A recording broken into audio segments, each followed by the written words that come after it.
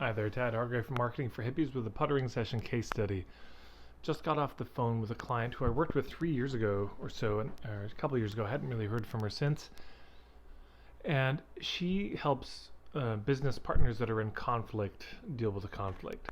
So you could imagine you start a business, you do it with somebody, and then the very person you're working with to create the business, that relationship starts to deteriorate and fall apart, and what do you do? So she specializes in that.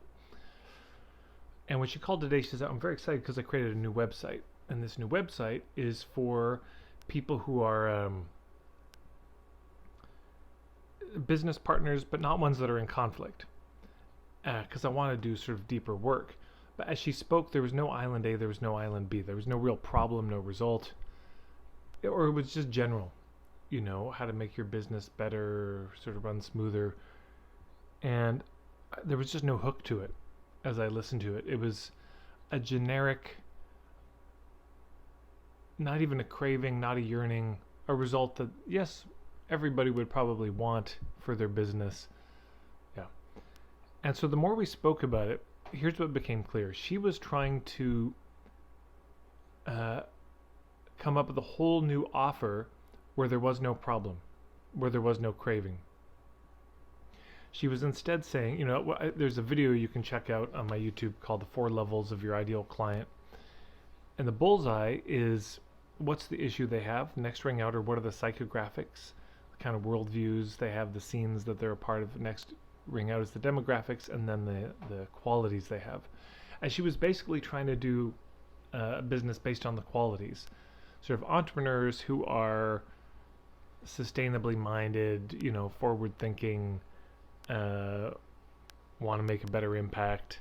These are all what I would just call qualities. And you can't figure out an offer for those types of people. You can't figure out hubs for these kind of people. So I said, instead of that, here's what I would suggest. Stay focused on this issue of conflict. But 2 things. Actually, maybe 3 things. Number 1, just get better at filtering who you work with. And the homework I gave her is I said, come up with a list of the 10 clients you've hated the most and the 10 ones you've loved the most, the 10 that were the best fit and the 10 that were the worst fit. And just sit with each of those names, each of those companies, and ask yourself, when was the first moment you knew that it was a fit or wasn't a fit? What were the red flags or the green lights, green flags? Yeah. What were they? Because almost always with our clients, there's certain things they say or they do or we hear or we notice that let us know this is not going to be a fit. And vice versa, of course. So she's off doing that now as homework. I said, because then you weave that into the marketing, into the sales letter, into an intro presentation, and into the first conversation you have.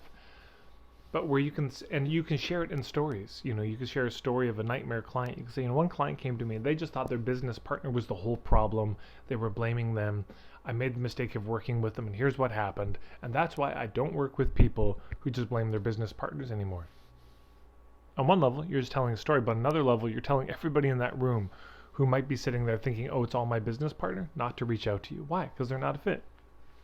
So that's number 1, is how do you make the filtering better so that your ideal clients would know it's an even better fit than they thought, and the ones who are not a fit would never darken your door. Number 2, could you, at the end of working with them, say, look, we've really dealt with this conflict you came with. They say, yeah, it's amazing. I can't even believe I didn't think we'd get through this. You say, here's the thing.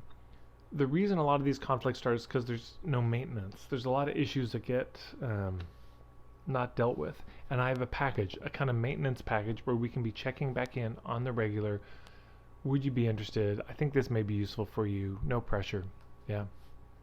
But so you have an explicit conversation about shifting from acute care to more maintenance care. Or, yeah, you get the idea. And so this is, a lot of holistic practitioners do this, naturopaths. You deal with the acute issue, but then you say, look, let's stay in touch. Because it's very easy to drop the ball at this point, and then you're back to where you were. And a lot of people are at that point just so grateful. They know they don't need and probably can't afford that kind of acute care. But yeah, boy, I don't want to go back here. So let's do that. I said the third thing is maybe you could come up with some sort of a package or an offer that might help your not ideal clients become ideal clients.